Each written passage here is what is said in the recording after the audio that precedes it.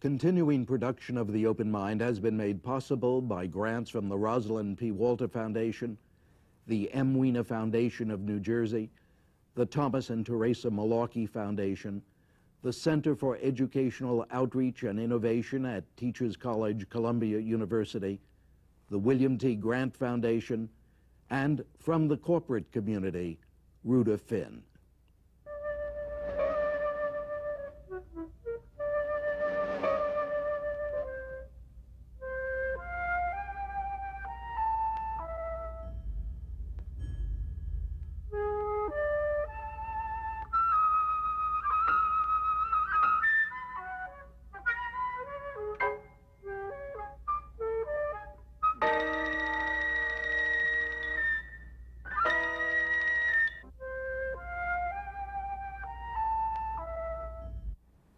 I'm Richard Heffner, your host on The Open Mind. About my guest today, let me note that ever since he joined me at this table 10 years ago, I've wanted to press him on a matter we never quite got to at that time. Violence in our families was our subject in 1988. Indeed, the very week we recorded that program, Newsweek magazine's cover story titled A Tale of Abuse dealt with the horrifying Joel Steinberg trial in particular, and more generally, with the psychology of violent family relationships that seemed then to be epidemic in our nation. But I also wanted to discuss the role that violence in our entertainment media may play in begetting the violence in our daily lives. And we just never had the time to do so. We will today. Dr. Theodore Shapiro was then and is now professor of psychiatry at the Cornell University Medical College and head of child and adolescent psychiatry at Payne Whitney Clinic, New York Hospital. I was then, but no longer am, chairman of the board that assigns Gs, PGs, PG-13s, Rs, or Xs, now called NC-17s, to films whose makers voluntarily participate in the theatrical movie rating system. For 20 years, I commuted between New York and Hollywood, trying to make the ratings work as best I could.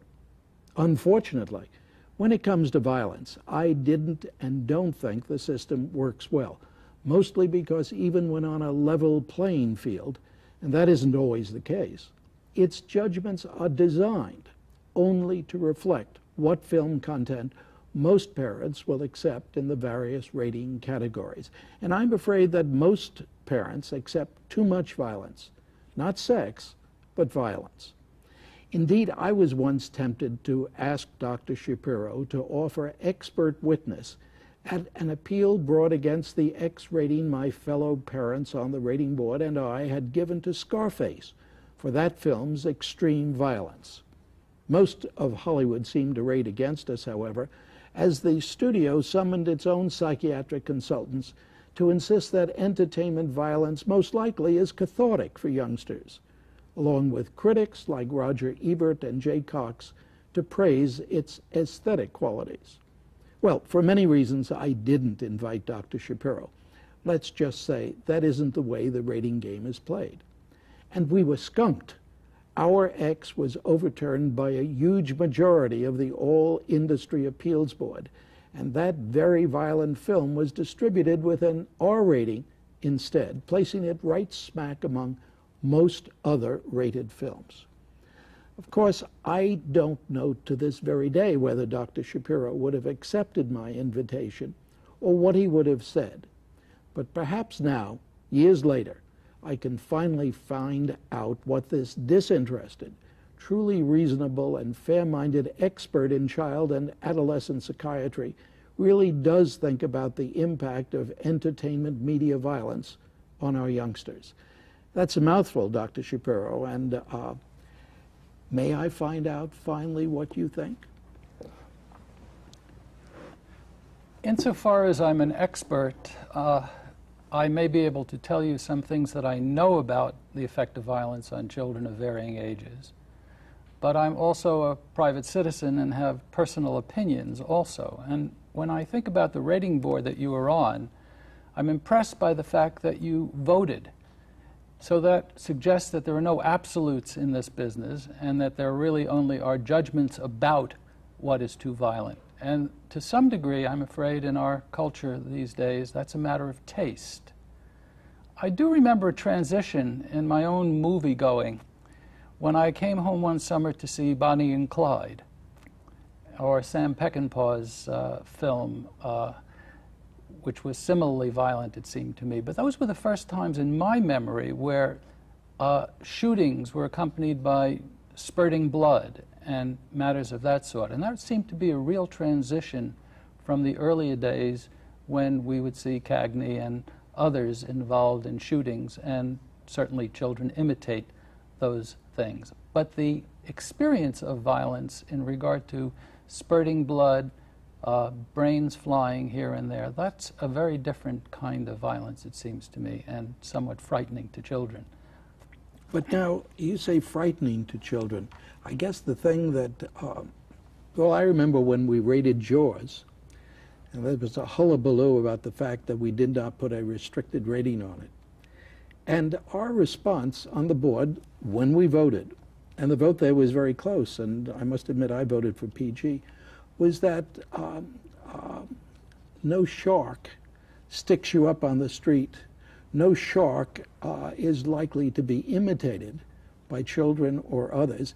Isn't the question whether this provokes and stimulates violence? Well, we certainly have known from time immemorial that theater of any sort will stimulate imitation in developing children. The question about the tolerance for and the understanding of the irreversibility of being shot or matters of that sort is really one of understanding the developmental process. That's why your rating scale has PG-13, 17, whatever. Somebody was wise enough to make the judgment for what age, for what kind of child. However, there's also the violence that's portrayed even in cartoons.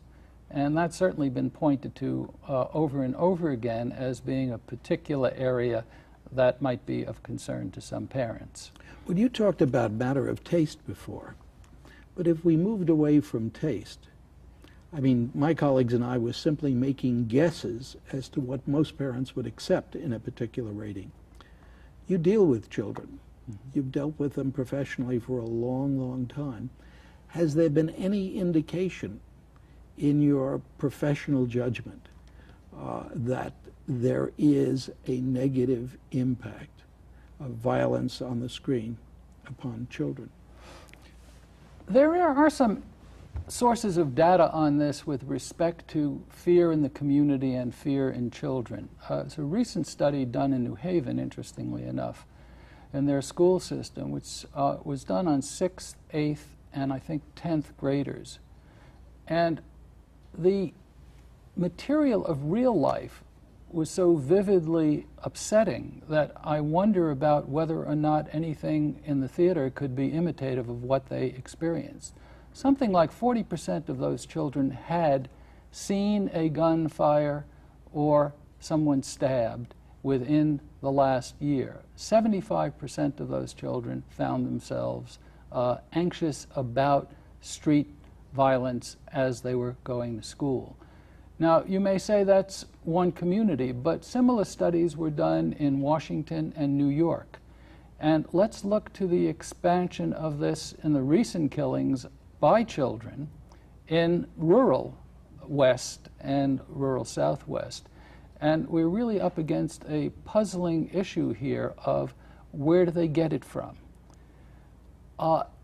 Most of the best information we have is that children do imitate.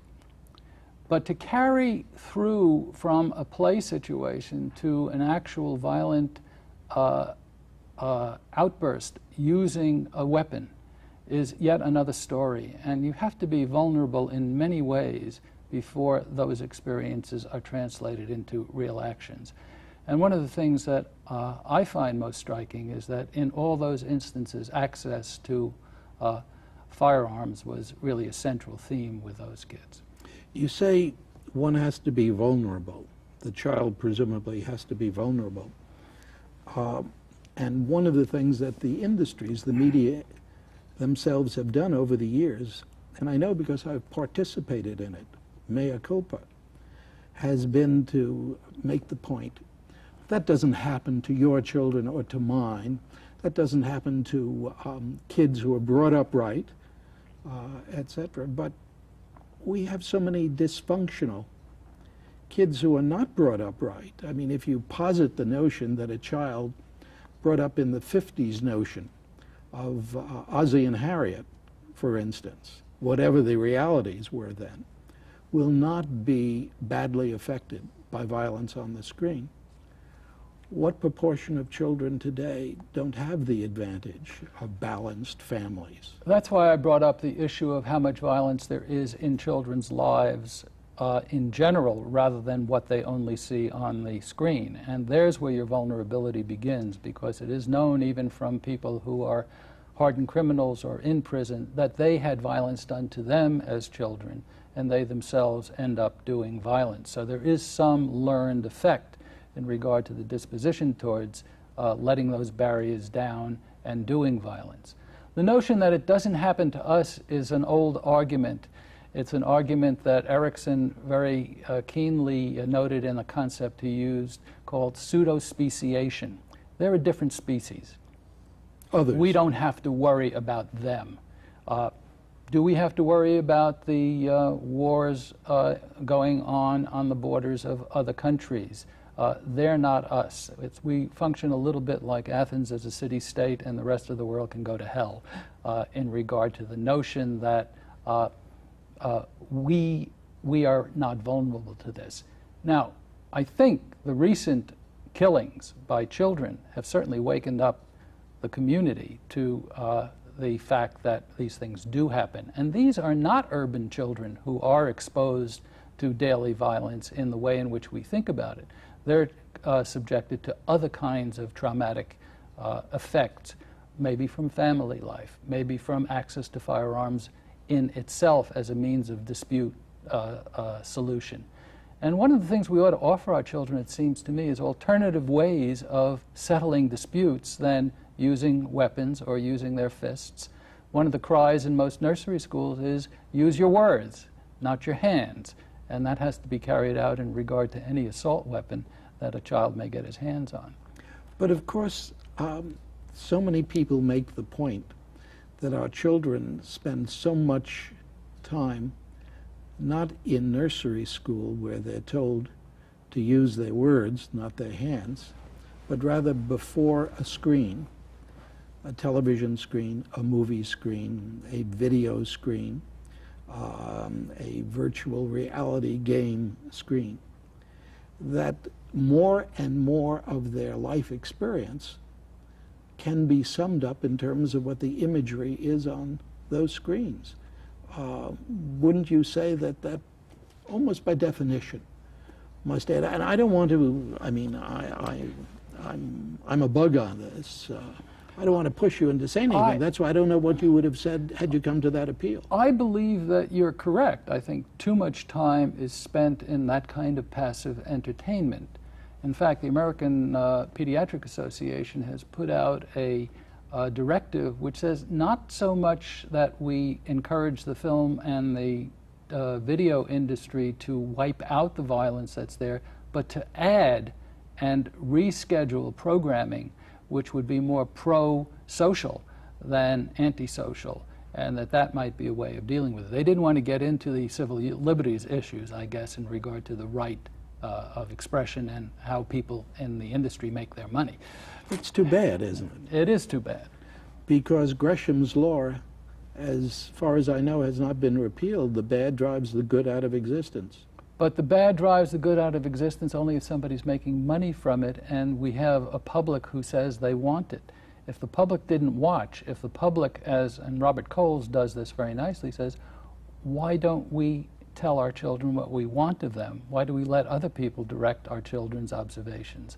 Why don't we have some limit setting in regard to what they look at? How do you answer those questions?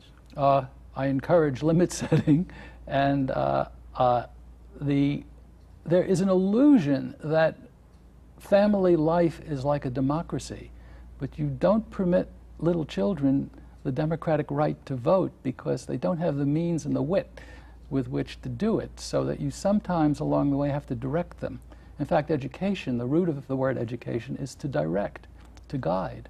And I think we have a responsibility throughout the early years until such time as these children can make judgments themselves. Now, that would place me in a conservative camp with regard to the idea that I am for directing children rather than letting them grow. But I don't think we can just let children grow and that they'll find their way. I think we've got to find some middle ground between the old authoritarian notions and also and the laissez-faire notion that if you leave them alone, they'll just sprout well. Aren't you addressing yourself, though, essentially to those, who care, to the parents who care, to the parents who have the wit and the learning and the understanding to be involved in following what it is you're suggesting, and to parents who have the resources, not just intellectual and educational, but the material resources to be willing and able to come home after a hard day's work and do the things you think they should do? I think you're correct. And the majority of the children that I've seen over my professional career, having spent 18 years at Bellevue, when it was the old Bellevue, not even the new one, and in dealing with underserved children and indigent children and children of minority and other ethnic groups, we find that the family structure is not the same as the upper middle class. We find that sometimes we have an impoverished mother who's overloaded with too many children. We find many children in foster care, and the guidance is certainly not easily available. And I think what you're suggesting is something that I truly believe is true, which is that if you only use the television as a babysitter, and it's only going to have violent themes on it and nothing as an alternative, that you are going to have a serious influence on children. Let me ask you to make a guess or make a bet. What do you think is going to, and indeed what do you see is happening to us along these lines of developing or losing out on the development of responsible, thoughtful parenting? Which way are we going? I think we've gone through a period of time somewhere around the Second World War where hands-off on parenting was more the rule than it is now. I think we're heading more in a direction towards sensible guidance rather than authoritarian interference.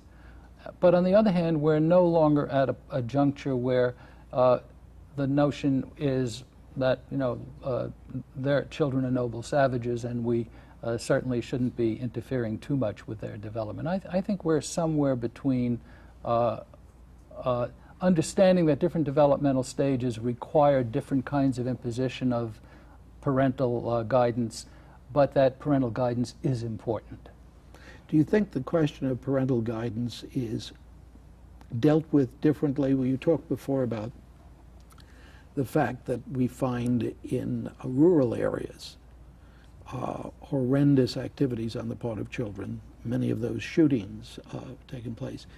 Do you find any difference now in parental willingness to exercise its responsibilities, parental responsibilities, between different parts of the country? Do you have any information about that?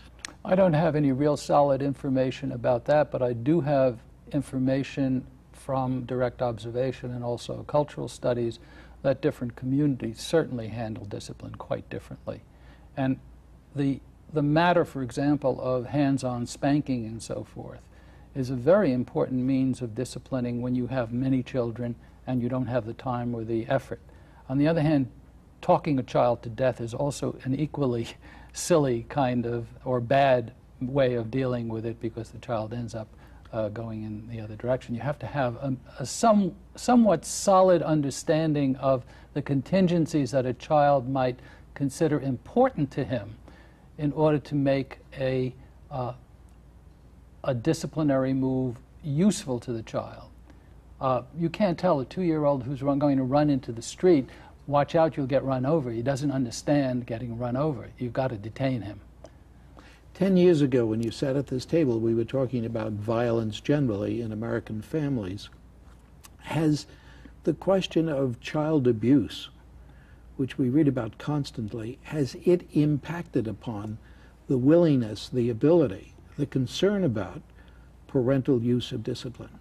Oh, it certainly has impacted on it from the vantage point of greater education, understanding of its importance. But, you know, the fantasy of hitting somebody or hurting somebody or getting so out of sorts with an infant or a baby or a child that you really feel like you're going to lose control is one which is highly dependent upon the capacity of the individual to get, number one, respite from his own tension, or her own tension more likely, and also to be able to contain themselves. And some people just can't contain themselves because they have clear problems or even psychiatric problems. Do you think this is becoming a larger problem today? Again, thinking about 10 years ago. When we I don't discussed really this. think it's larger. I think we're much more alert to it, and I really think that we're taking much greater and easier notice of it. The rules, for example, for physicians and nurses or teachers even, where abuse is suspected, it becomes a mandatory call. You've got to use some judgment in it, but you've got to call the Committee on Child Care in order to see whether or not an investigation is necessary. But that heightened concern, and this is what I meant before, and I didn't express myself very well, that heightened concern, you're talking about the professionals, I'm talking about parents and their concern not to be seen disciplining their children physically. Is that a phenomenon? You occasionally read about that. Oh, you mean so that they look as though they are using other means rather than to risk the shame of their peers? Mm-hmm. You read about someone who is arrested or detained by the police because he's been seen spanking his child. So they're closet abusers now? Well, what is the... Well, you know, insofar as you can drive something out of the public eye, it means that you can contain yourself, at least in certain circumstances. Whether you resort to it in private is yet another story, but the children often tell or bear the marks of the abuse, and that becomes the citing which helps you intervene. We all have trouble controlling our impulses. The notion that, for example, watching violence on a screen or in the theater is a cathartic enterprise is something that most experimental studies do not support at this point. It's an idea that goes back to Aristotle, that you go to theater for the cathartic experience. We also think that play evolves out of watching others, and you play to master something that's unpleasant to you or difficult for you or anxious making. So that we do use the notion that play becomes a vehicle for self-mastery. On the other hand, the line between play and enactment is really one that you have to have a fairly considerably active and controlling portion of yourself to contain. Explain that. We all have murderous rage from time to time, if we admit it to ourselves. On the other hand, most of us don't commit murder. Most of us don't hit our children. But we look for respite from the situation that creates the tension, or we get somebody else's help to give us a little bit of time, or we reconsider the situation and we learn how to stop the encounter so that we don't do it. Now, children don't have those controls until they're an appropriate age. I mean, let's take the situation of a new sibling in the house, and you have a young child and an older child. Both of them may resent the new baby. On the other hand, it may be easier or harder according to what age you are and what kind of control you have about whether you do something about it. Now, if you watch something on television where that is enacted, one wonders whether or not there's some adaptation to watching that. It doesn't make it better, I don't think. I think it makes it possible sometimes. If you were to make a personal guess, and you spoke before about personal choice versus professional proof or demonstration, what do you think about the media saturation with violence? I think the media saturation with violence is on overkill at this point. But you commented before that you were on a rating board where it was sexuality and aggression, which were the themes. And violence. Language, but mostly. And language. Okay, right. Well, language enacts sexuality or aggressive themes. Right. It's so much easier to get agreement, it seems to me, on what is sexually explicit versus what is aggressively and violently provocative. And I think that's where the problem is that, you know, while we all accept some violence within ourselves, I think it's hard to know what's okay for those outside. When the judgment is about children, we find it a little easier because we can make some judgments for children, but you told me earlier in your opening comments how hard it was to get the group to agree to what kind of rating Scarface should have had. And for example, and I made the comment, look, I thought there was a turning point with Bonnie and Clyde or movies like that. What moved them to be so explicit when Bang Bang, You're Dead was okay in James Cagney's days? Simple. You made more money. But you made more money because there was a new shock effect. Absolutely, and you kept raising the ante. And they kept raising the ante, and they keep raising it. So that now what we've even done is ridiculed our own violence in films such as Pulp Fiction or some of the Coen brothers films. I mean, these are scenes which are unnecessary. On the other hand, they are self-mockery in a way of our own living with violence. You know, what would you have done if we have 20 seconds left? What do you think you would have done? I can't believe we have 20 seconds left. If you had come to that appeal? Would you have been willing to put your professional credentials on the line? Sure, but I don't know that my professional credentials qualify me as an expert in this area. And that's the tricky part with regard to public judgments about matters which there may be no exact proof on, but only judgments about. I suppose that's the fairest, best place at which to say we have no more time. Dr. Theodore Shapiro, thank you so much for joining me today. Thank you. And thanks too to you in the audience. I hope you join us again next time. And if you would like a transcript of today's program, please send $4 in check or money order to The Open Mind, P.O. Box 7977, FDR Station, New York, New York 10150. Meanwhile, as another old friend used to say, good night and good luck.